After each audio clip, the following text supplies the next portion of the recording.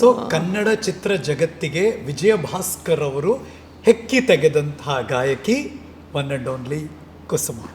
Thank you.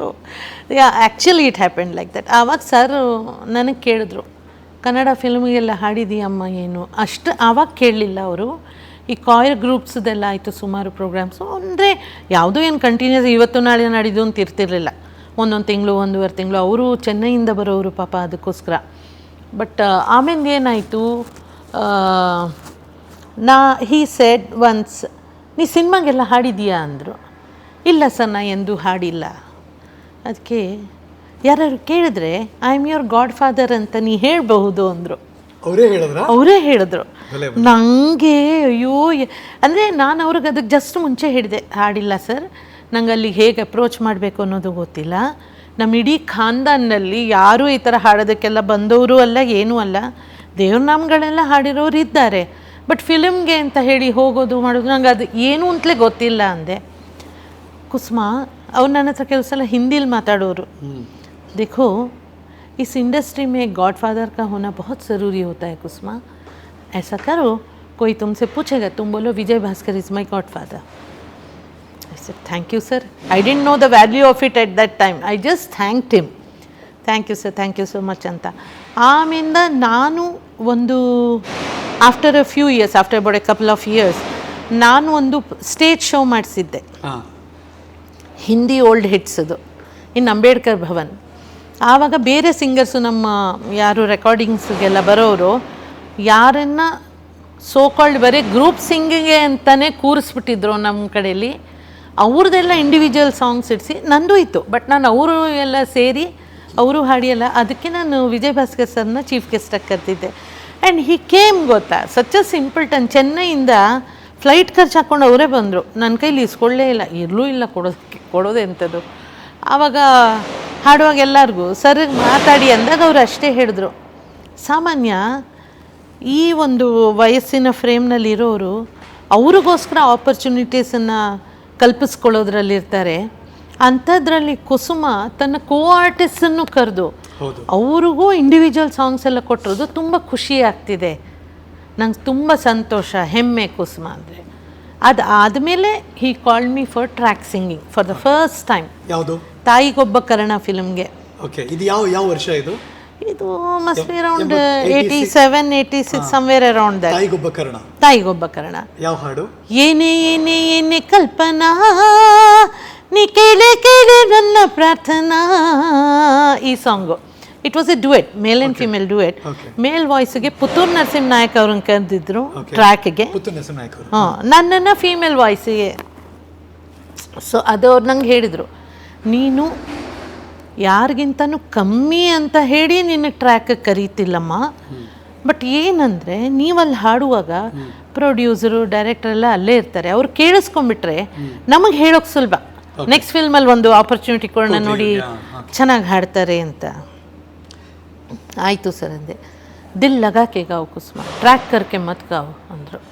Okay sir, ಹಾಡ್ದು ಇಷ್ಟ ಆಯಿತು. Very next ಡೇನೇ ಅವ್ರು ನನಗೆ ಊರಿಗೆ ಹೊಸಬ ಫಿಲ್ಮ್ಗೆ ಚಾನ್ಸ್ ಕೊಟ್ಟರು. ಯಾವ ಹಾಡು? ಮೋಜಿನ ಹುಡುಗ ಈ ಅಂಧಕಾರ, ಮೋಜಿನ ಹುಡುಗ ಈ ಅಂಧಕಾರ, ನಾರಿಯ ಮನಸ್ಸು ಕದ್ದ ಕನಸುಕಾರ. ಈ ಹಾಡನ್ನ ಆವಾಗ ಅವ್ರು ಕೊಟ್ಟರು. ಈ ಇತನಾ ಟ್ಯೂನ್ ಮೆನೆ ಸಿಖಾಯ ಹೇ ಕುಸುಮ, ಇದಕ್ಕೆ ಮೇಲೆ ನಿನಗೆ ಏನು ಮನೋಧರ್ಮ ತೋಚುತ್ತೋ ಹಾಡು, ನೀ ಹಾಡ್ಬೋದು. ಎಕ್ಸ್ಪ್ರೆಷನ್ಸ್ ಎಲ್ಲ ಕೊಟ್ಟು ಹಾಡಿದೆ. ಇಷ್ಟ ಆಯಿತು ಅವರಿಗೆ. ಅಲ್ಲಿಂದ ಪಯಣ ಸ್ಟಾರ್ಟ್ ಆಯಿತು. ಅದಾಗಿ ಒಂದು ಕೆಲವು ದಿನಕ್ಕೇ ನನಗೆ ಹಂಸಲೇಖ ಸರು ಕಿರಾತಕಕ್ಕೆ ಚಾನ್ಸ್ ಕೊಟ್ಟರು. ಟೈಗರ್ ಪ್ರಭಾಕರ್ ಅವ್ರ ಫಿಲ್ಮು. ಅದರಲ್ಲಿ ಸೆಕೆಂಡ್ ಲೀಡ್ ವಾಯ್ಸ್ಗೆ, ಅಂದರೆ 2 ಫೀಮೇಲ್ ವಾಯ್ಸು 1 ಮೇಲ್ ವಾಯ್ಸ್ ಇತ್ತು. SP ಸರು, ಮಂಜುಳಾ ಗುರು ಅವರು, ನಾನು ಹಾಡೋದು. ನಾನಲ್ಲ, BR ಛಾಯಾ ಮತ್ತು ಮಂಜುಳಾ ಗುರು ಹಾಡಬೇಕಿತ್ತು. ಬೈ ಚಾನ್ಸ್ ಅವತ್ತೇನೋ ಮಂಜುಳಾ ಮ್ಯಾಮ್ ಬರೋದು ಸ್ವಲ್ಪ ತಡ ಆಗೋಯ್ತು. ಸೊ ನನಗೆ ಹಂಸಲೇಖ ಸರ್ ಕೇಳಿದ್ರು, ಹಾಡ್ತೀಯಮ್ಮ ಏನು? ಹಾಡ್ತೀನಿ ಸರ್ ಅಂತೆ. ಅದಕ್ಕೆ ನೋಡು, ಅಷ್ಟರಲ್ಲಿ ಆ ಮೇನ್ ಸಿಂಗರ್ ಬಂದರೆ ಗಲಾಟೆ ಎಲ್ಲ ಮಾಡಿದೆ, ಅಳದೆ ಗಿಳದೆ ಸುಮ್ಮನೆ ಜಾಗ ಖಾಲಿ ಮಾಡಬೇಕು ಅಂದರು. Okay sir. ಹಾಡಿದ್ವಿ. But Manjula ma'am is so nice. ಅವ್ರನ್ನ ಹಾಡ್ತಿರುವ ಮಧ್ಯೆ ಬಂದಿದ್ದಾರೆ. ಓಕೆ. ಅವರು ಹಂಸಲೇಖ ಸರ್ಗೆ ಬೇಡ ಅವಳು ಹಾಡಲಿ ಬಿಡಿ, ನಾ ಬಂದಿದ್ದೀನಿ ನಂಗೆ ಕೊಡು, ಅವೆಲ್ಲ ಇಲ್ಲ, ಅವ್ರು ಹಾಡಲಿ ಅಂತ ಹೇಳಿ ಇಟ್ಸ್ ದ ಮ್ಯಾಗ್ನಾನಿಮಿಟಿ. ಎಷ್ಟು ಜನ ಮಾಡ್ತಾರೆ ಇದನ್ನ. Manjula Gururaj madam, thank you, so nice. So ನನಗೆ ಈ ಥರ I have so many memories. This is how ನಾನು ಕನ್ನಡ ಫಿಲ್ಮ್ ಇಂಡಸ್ಟ್ರಿಗೆ ಬಂದಿದ್ದು, ಹಾಡೋಕ್ಕೆ ಶುರು ಮಾಡಿದ್ದು ಈ ರೀತಿಯಲ್ಲಿ. ಏನಿತ್ತು ತಲೆಯಲ್ಲಿ ಅಂದರೆ ಟ್ರ್ಯಾಕ್ ಸಿಂಗರ್ ಅಂದ ತಕ್ಷಣ ಕುಸುಮ ಅಂತಿದ್ರು, ನಿಮ್ಮನ್ನು ಕರೆದು ಹಾಡಿಸ್ತಿದ್ರು. ಬಟ್ ನೀವು ಅದ್ಭುತವಾಗಿ ಹಾಡ್ತಿದ್ರಿ, ಎಲ್ಲರಿಗೂ ಇಷ್ಟ ಆಗ್ತಿತ್ತು. ಗೊತ್ತಿಲ್ಲ, ಒಂದು ಸೀಸನ್ ಇತ್ತು ಉಪೇಂದ್ರ ಕುಮಾರ್ ಸರ್ದು, ಈ ನಂಜುಂಡಿ ಕಲ್ಯಾಣದಿಂದ ಎಲ್ಲರೂ ಹೇಳೋರು it's a major comeback for him ಅಂತ. 1989. ಅದರಲ್ಲಿ ಕೋರಸ್ ಹಾಡಿತ್ತು.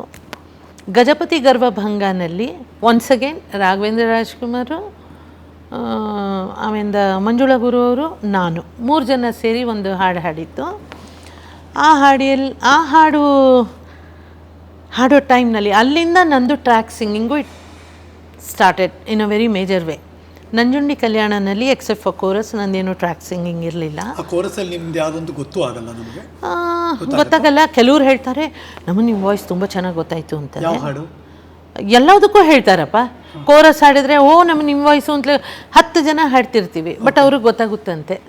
ಓಕೆ, ಗೊತ್ತಾಗುತ್ತೆ ಬಿಡಿ, ಅವ್ರ ಕಿವಿ ಚೆನ್ನಾಗಿದೆ. ಯಾವುದು? Do you remember that chorus part? I don't think so. ಎಷ್ಟೊಂದು ಹಾಡ್ಬಿಟ್ಟಿದ್ದೀವಿ ಹರೀಶ್, ಅದು ಯಾವುದು ಅಂತಲೇ ನೆನಪು ಬರೋದಿಲ್ಲ. ಆ್ಯಂಡ್ ಅದು ಏನಾಗೋದು ಆವಾಗೆಲ್ಲ ತುಂಬ ಹಾರ್ಮೋನಿ ಹಾಡಿಸೋದು ಆಸೆ ಇರೋದು. ಸೊ 1 ಲೇಯರ್ ಹಾಡೋದು, ಅದಕ್ಕೆ ಇನ್ನೊಂದು ಸೆಕೆಂಡ್ ಕೌಂಟರ್ಸ್ ಲೇಯರ್ ಆಡೋದು, 3rd ಲೇಯರ್ ಆಡೋದು, ಹಿಂಗೆ ಅಂದ್ಕೊಂಡ್ಬಿಟ್ಟು ಔಟ್. ಬಟ್ ನನಗೆ ಜ್ಞಾಪಕ ಇದೆ, ನಾವು ಸಿನಿಮಾ ಥಿಯೇಟ್ರಿಗೆ ಕೋರಸ್ ಕೇಳೋಕ್ಕೆ ಅಂತ ಹೋಗ್ತಿದ್ದೆ. ಹೌದಾ? ನಾವು ಹಾಡ್ತಿದ್ವಲ್ಲ, ಅವ್ರವ್ರದ್ದು ಮುಖ್ಯ.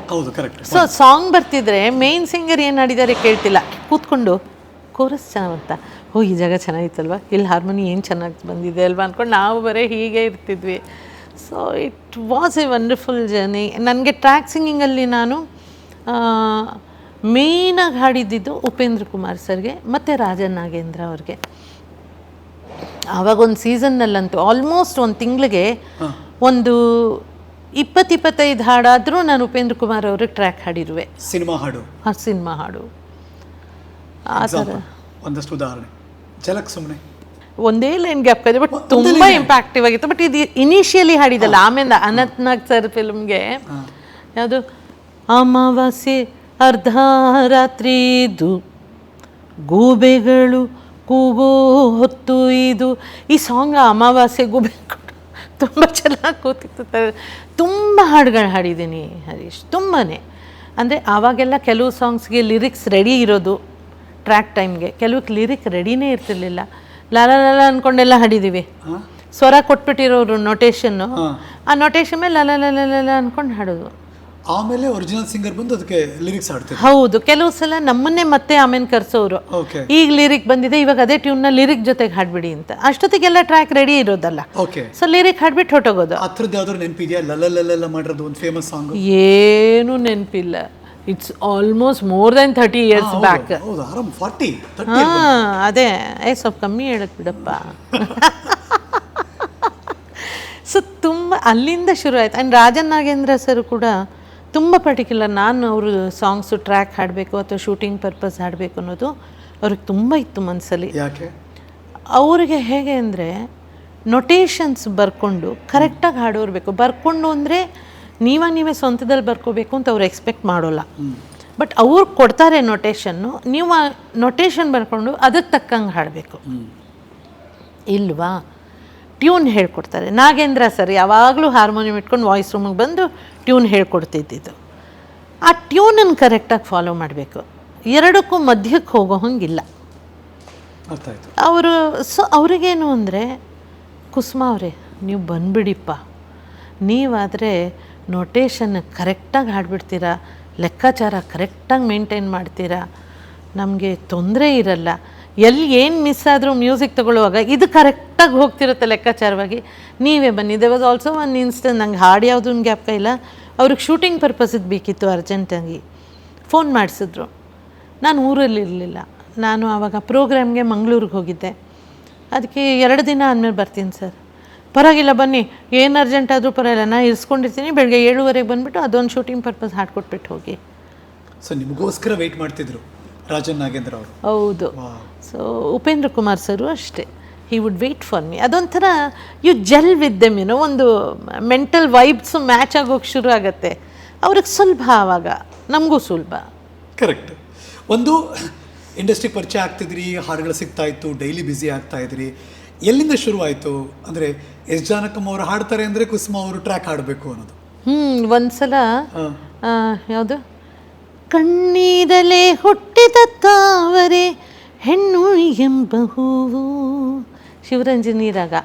ಇದು ಎಸ್ ಜಾನಕಿ ಅಮ್ಮ ಅವ್ರು ಹಾಡ್ತಾರೆ, ಟ್ರ್ಯಾಕ್ನ ಹಾಡಬೇಕಿತ್ತು. And at that time I think I was about 6 months pregnant. ಈ ಟ್ರ್ಯಾಕ್ ಹಾಡುವಾಗ ಹಸು ಅಂದರೆ ಹಸು ಆಗ್ತಿತ್ತು. ಆ ಮುಗಿತಾನೇ ಇಲ್ಲ ಟ್ರ್ಯಾಕ್ ತಗೊಳ್ಳೋದು, ರೆಕಾರ್ಡಿಂಗು. ಕಡೆಗೆ ಒಂದು ಸಲ ಎಲ್ಲ ಆಯಿತು. I went. ದೆನ್ ನನಗೆ after about a week Upendra Kumar sir ಬಂದು, ಕುಸುಮ ಅವರು ಒರಿಸ್ಸಾ ಕಡೆಯವರಲ್ಲ, ಮೂಲತಃ ಒಡಿಯಾ ಮಾತಾಡೋರು, ಅವರು ಹಿಂದಿನಲ್ಲಿ. ಕುಸುಮ ಜಾನಕಿ ಅಮ್ಮ ಐತಿ ಮಿಕ್ಸ್ ಕನ್ನೆ ಅಂದರು. ಕೌನ್ ಸಾ ಗಾನ ಸರ್ಜಿ ಹಿಂದೆ.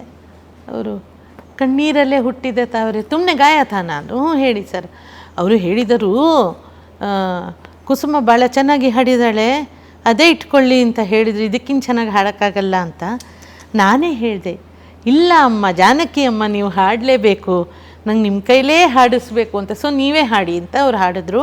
ಆದರೆ ಅವ್ರು ಹೇಳಿದ್ರು, ಇದಕ್ಕಿಂತ ಚೆನ್ನಾಗಿ ಹಾಡೋಕ್ಕಾಗಲ್ಲ ಈ ಹಾಡನ್ನ ಅಂತ. ಖುಷಿನೂ ಆಯಿತು, ಸಂಕಟವೂ ಆಯಿತು. ಖುಷಿ ಯಾಕೆ, ಸಂಕಟ ಯಾಕೆ? ಖುಷಿ ಅಂದರೆ ಜಾನಕಿ ಅಮ್ಮ ಲೆವೆಲಿನ ಒಬ್ಬರು ಸಿಂಗರು. ಯಾರಿಗೂ ಏನೂ ಹಾಗೆ ಅವಕಾಶ ಕೊಟ್ಬಿಟ್ಟಿರಲ್ಲ. ಅವರು ಚೆನ್ನಾಗೇ ಕಷ್ಟಪಟ್ಟಿರ್ತಾರೆ. ಆವಾಗ ಅಂಥ ಸಿಂಗರ್ ಬಂದು, ನುರಿತ ಗಾಯಕಿ ಬಂದು, ಈ ಹಾಡು ಇದಕ್ಕಿಂತ ಚೆನ್ನಾಗಿ ಹಾಡೋಕ್ಕಾಗಲ್ಲ, ತುಂಬ ಚೆನ್ನಾಗಿ ಹಾಡಿದ್ದಾರೆ ಅವರು, ನೀವು ಯಾಕೆ ಇದನ್ನೇ ಇಟ್ಕೋಬಾರ್ದು ಅಂದಿದ್ದು ಅವ್ರ ಹಿರಿಮೆ. It's a very big medal for me. Upendra Kumar sir ನೋಡ್ಚೂರು ಸಂಕಟ ಆಯಿತು. ಅವರು ಹೇಳಿದಾಗ ಇವರಾದರೂ ಹೂ ಅನ್ಬಾರ್ದಿತ್ತೆ, ಅದೊಂದು ಸಾಂಗ್ ನಿಂತಿರೋದು. But it's okay. But I use to enjoy. ನಂಗೆ ಎಷ್ಟು ವೆರೈಟಿ ಸಾಂಗ್ಸ್ ಹಾಡೋಕ್ಕೆ ಸಿಕ್ಕಿದೆ ಅಂದರೆ ಅಷ್ಟಿಷ್ಟಲ್ಲ. ಸ್ಪೆಷಲಿ ಎಸ್ ಜಾನಕಮ್ಮನವ್ರಿಗೆ, ಎಸ್ ಜಾನಕಿ ಅಮ್ಮಂಗೆ ಕೆಲವು ಸಲ ಮಾತ್ರ ಚಿತ್ರಮ್ಮಂಗೂ ಹಾಡಬೇಕಾಗೋದು. ಬಟ್ ನಮ್ಮನ್ನೇನು ಅವ್ರಿಗೆ ಇವ್ರಿಗೆ ಕಲಿಸ್ತಿಲ್ಲ. ಕೆಲವು ಸಲ ಎಸ್ ಪಿ ಸರ್ ಹಾಡಬೇಕಿರೋ ಹಾಡುಗೂ ನಾವು ಹೋಗಿ ಟ್ರ್ಯಾಕ್ ಹಾಡಿರೋದು ಉಂಟು. ಫೀಮೇಲ್ ವರ್ಷನ್ ಅಲ್ಲ ಅಂದರೆ ಅವರಿಗೆ ಈ ಸಿಂಗರ್ ಬರಲಿ ಟ್ರ್ಯಾಕ್ಗೆ ಅಂತ. ಇವಾಗ ಟ್ರ್ಯಾಕ್ ಸಿಂಗಿಂಗ್ ಅಂದರೆ ಮೋಸ್ಟ್ ಪ್ರಾಬಬ್ಲಿ ಫಸ್ಟ್ ಕಾಲ್ ಬರ್ತಿದ್ದಿದ್ದೆ ನನಗೆ. ಕುಸುಮ ಅವರೇ, ನಾಳೆ ಸಂಖ್ಯೆ ಸ್ಟುಡಿಯೋ 9 to 5 ಒಂದು ಸಾಂಗ್ ರೆಕಾರ್ಡಿಂಗ್ ಇದೆ, ಟ್ರ್ಯಾಕ್ ಹಾಡಬೇಕು. ಓಕೆ, ಹೋಗೋದು ಹಾಡ್ದು. ನಾ ಹೇಳಿದ್ನಲ್ಲ, ಎಷ್ಟೋ ಸಲ ಡಮ್ಮಿ ಲಿರಿಕ್ಸ್ ಕೊಡೋರು, ಕೆಲವು ಸಲ ಲಿರಿಕೇ ಕೊಡ್ತಿಲ್ಲ, ಕೆಲವು ಸಲ ಪ್ರಾಪರ್ ಲಿರಿಕ್ ಕೊಡೋರು. ಡಮ್ಮಿ ಲಿರಿಕ್ಸ್ ಅಂದರೆ ಏನೋ ಒಂದು ವರ್ಡ್ಸನ್ನು ಹಾಕ್ಬಿಡೋದು, ಹಾಡೋದಕ್ಕೆ ಕಂಫರ್ಟೇಬಲ್ ಆಗಲಿ ಅಂತ. ಆ ಥರ ಏನೋ ಒಂದು ಹಾಡೋದು. ಆಮೇಲೆ ಎಲ್ಲ ಚೇಂಜ್ ಮಾಡ್ತಾರೆ. ಕೆಲವ್ರಿಗೆ ಲಲ ಹಾಡೋಕ್ಕೆ ಡಿಸ್ಕಂಫರ್ಟ್ ಅನಿಸುತ್ತೆ, ಅವ್ರಿಗೆ ಏನೋ ಒಂದನ್ನು ಕೊಡೋದು, 1-2 ಸಾಲು ಅದನ್ನೇ ಅಲ್ಲೂ ಹಾಡೋದು ಇಲ್ಲೂ ಹಾಡೋದು.